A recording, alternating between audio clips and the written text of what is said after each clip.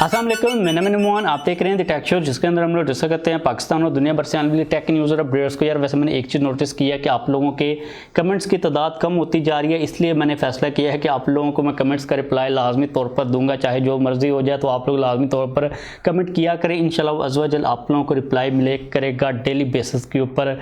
बात करें आज की पहली अपडेट की, जो कि आ रही है एप्पल के रिलेटेड। तो एप्पल ने iOS 14.5 की जो अपडेट है उसको रोल आउट कर दिया हुआ। इसके अंदर दो काफ़ी स्पेशल कमाल की चीज़ें हैं। पहली चीज़ तो है ATT ऐप ट्रैकिंग ट्रांसपेरेंसी।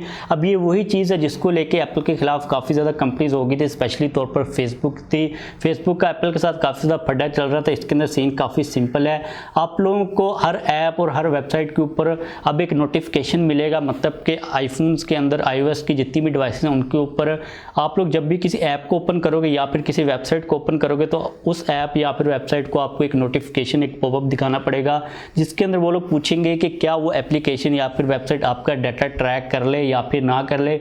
मतलब कि आप लोगों के ऊपर है, अगर आप लोग अलाउ करोगे तो वो आपका डाटा ट्रैक कर सकेंगे, अगर आप लोग अलाउ नहीं करोगे तो एप्पल पूरी कोशिश करेगा कि वो वाली एप्लीकेशन या फिर वो वाली वेबसाइट आपके डाटा को ट्रैक ना कर सके। अब इसका जो सबसे बड़ा नुकसान होगा वो एडवर्टाइजर्स को होगा, क्योंकि वो अपेरेंटली तो यही कहते हैं कि हम लोग आप लोगों को एड्स दिखाएंगे, लेकिन एट द सेम पॉइंट आपको पता है कि लोगों का जो डाटा होता है वो एक मासेस के ऊपर ट्रैक किया जाता है, उसके बाद उनके बिहेवियर वगैरह को चेक किया जाता है और उस डाटा को फिर परसेप्शन बिल्डिंग के लिए यूज़ किया जाता है। मतलब कि जो ब्रिटिश एनालिटिका का केस है वो आप लोगों के सामने ही है। लेकिन एट द सेम पॉइंट अगर हम बात करते हैं iOS यूजर्स की, तो उनको काफ़ी ज़्यादा बेनिफिट मिलने वाला, उनको कम एड्स को देखना पड़ेगा और उनका जो डाटा होगा वो काफ़ी हद तक सिक्योर और प्राइवेट हो सकेगा। इसके अलावा उनको एप्लीकेशंस को और वेबसाइट्स को एक ऑप्शन मिलेगा कि वो उस पॉपअप के ऊपर लिख सकेंगे कि हम लोग आपका डाटा क्यों यूज़ करने वाले हैं। मतलब कि वो आपको कहेंगे कि हम लोग आपको जो पर्सनलाइज एड्स हैं वो दिखाएंगे। तो सीन काफ़ी इंटरेस्टिंग है और आप लोग कभी भी अलाउड ना कीजिएगा।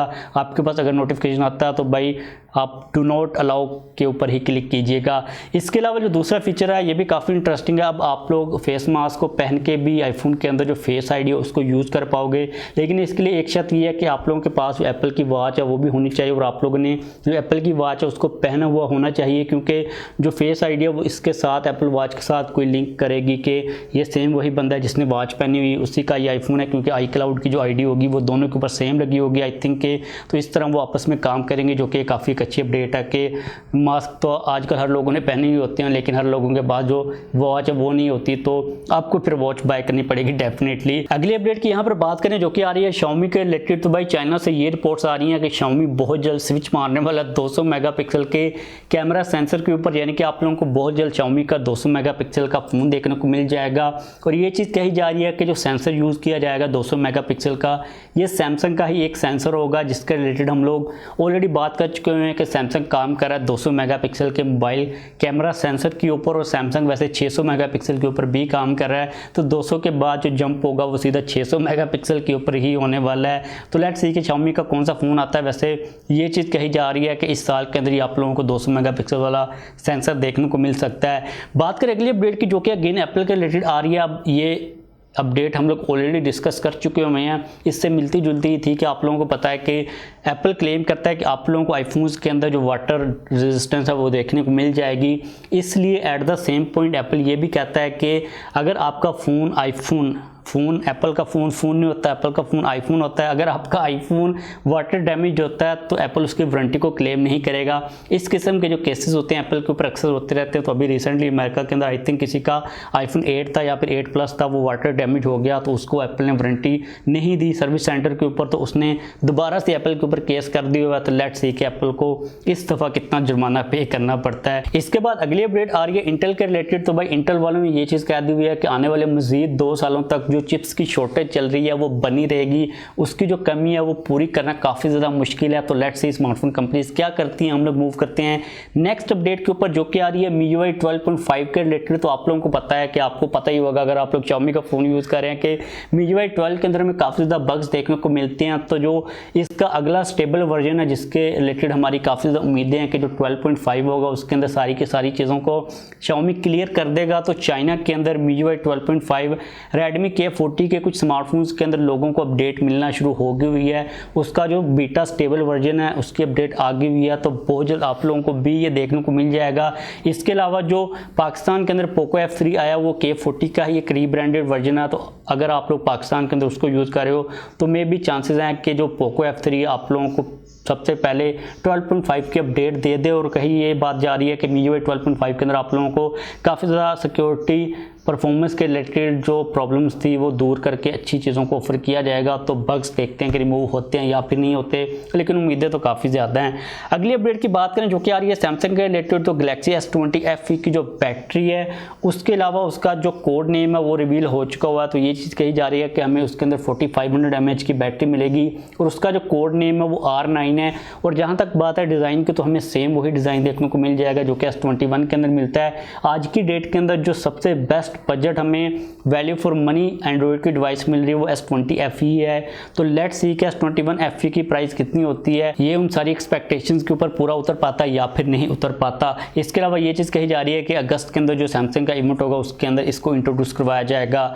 बात करें अगली अपडेट की जो कि आ रही है Huawei P50 Pro Plus के रिलेटेड। अब इसका नाम काफ़ी ज़्यादा लंबा है क्योंकि Huawei P40 Pro Plus का नाम भी काफ़ी लंबा था, Mate 40 Pro Plus भी काफ़ी ज़्यादा लंबा था, तो मुझे लगता है कि इसको कंट्रोल करने की ज़रूरत है। मे बी फ्यूचर के अंदर P40 Pro Plus Ultra Max Infinity पता नहीं स्पेस तक ये पहुंच जाएंगे। अच्छा, जो अपडेट आ रही है वो काफ़ी ज़्यादा इंटरेस्टिंग है। ये चीज़ कही जा रही है कि P50 Pro Plus, अब इसको एक तो इसका जो नाम है ना वो भी पूरा लेना पड़ता है, एनर्जी काफ़ी वेस्ट होती है। चाइना के अंदर कोई बेंचमार्किंग के ऐप है उसके ऊपर लिस्ट हुआ और जो प्रोसेसर बताया जा रहा है वो स्नैपड्रैगन 888 है। इसके अलावा कैमरा के बारे में कहा जा रहा है कि 50 मेगापिक्सल का मेन सेंसर होगा। दूसरी स्पेसिफिकेशंस हमारे लिए इतनी इंपॉर्टेंट नहीं है, हमारे लिए इंपॉर्टेंट चिपसेट है क्योंकि Huawei के ऊपर बैन लगा हुआ है 5G को लेके। Huawei से 4G चिप्स का बिजनेस कर सकता है, तो अब पता नहीं है कि स्नैपड्रैगन 888 4G के साथ आएगा या फिर 5G के साथ आएगा, लेकिन मुझे पर्सनली तो ऊपर लगता है कि स्नैपड्रैगन 888 4G वाला ही आएगा, 5G वाला आ नहीं सकता क्योंकि अभी पाबंदी स्टिल मौजूद है। और यहाँ पर हमारी इस बात को जो अगली अपडेट है वो भी सपोर्ट करेगी थोड़ा सा, क्योंकि जो अगली अपडेट आ रही है वो भी Huawei के रिलेटेड ही आ रही है। डिजिटल चैट सेशन ये कहा है कि Huawei Mate 40 जो प्रो होगा उसके अंदर आप लोगों को Huawei का जो अपना HarmonyOS स्टेबल जो अपडेट है वो देखने को मिलेगी। मतलब कि Huawei का जो पहला फ़ोन होगा जो कि बॉक्स पैक HarmonyOS के साथ आएगा वो Mate 40 Pro ही होगा और वो 4G वाला वेरिएंट होगा, क्योंकि जो ऑलरेडी Mate 40 Pro है ना वो 5G के अंदर तो इंट्रोड्यूस करवा दिया गया Huawei की तरफ से। अब इसको वो 4G के ऊपर स्विच करेंगे और साथ में अपना ऑपरेटिंग सिस्टम इंट्रोड्यूस करवाएंगे। और उन्होंने ये बात कही है कि 4G वाला वेरिएंट इसलिए आ रहा है क्योंकि जो 5G की चिप्स है उनका तो बैन लगा हुआ है। तो मुझे लगता है कि अगर स्नैपड्रैगन 888 भी आता है P50 Pro Plus के अंदर तो वो भी 4G वाला ही आएगा। तो लेट्स सी कि Huawei क्या करता है अपने अपकमिंग स्मार्टफोन्स को लेके।